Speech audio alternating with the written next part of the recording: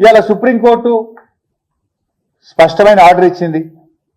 అక్కడ ఎలాంటి చర్యలు, ఎలాంటి యాక్టివిటీ చేయొద్దు, యాజ్ ఇట్ ఈజ్ నిలిపివేయండి అని చెప్పి సుప్రీంకోర్టు చెప్పింది. సుప్రీంకోర్టు చెప్పిన తర్వాత కూడా ఇవాళ ఢిల్లీ నుంచి కమిటీ వస్తుందని తెలిసి నిన్న రాత్రి పోయి పోలీసుల పహారాలో టీజీఐసి భూమి అని చెప్పి పెద్ద పెద్ద బోర్డులు పెట్టారు నిన్న.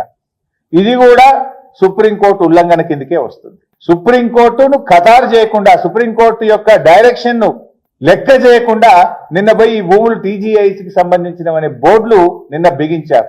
ఈ విషయం కూడా కమిటీ దృష్టికి తీసుకుపోయినాం. ఇది సుప్రీంకోర్టు యొక్క ఉత్తర్వుల ఉల్లంఘన జరుగుతా ఉంది. సర్వోన్నత న్యాయస్థానం అంటే లెక్క లేకుండా ఈ ముఖ్యమంత్రి, రాష్ట్ర ప్రభుత్వం వ్యవహరిస్తుందని చెప్పి ఈ బోర్డులను కూడా మేము కమిటీ దృష్టికి తీసుకుపోయాం. నిన్న రాత్రి పెట్టారు, నిన్నంత సాయంత్రం ఈ బోర్డులు this land belongs to TGIC అని బోర్డులు పెట్టినారు.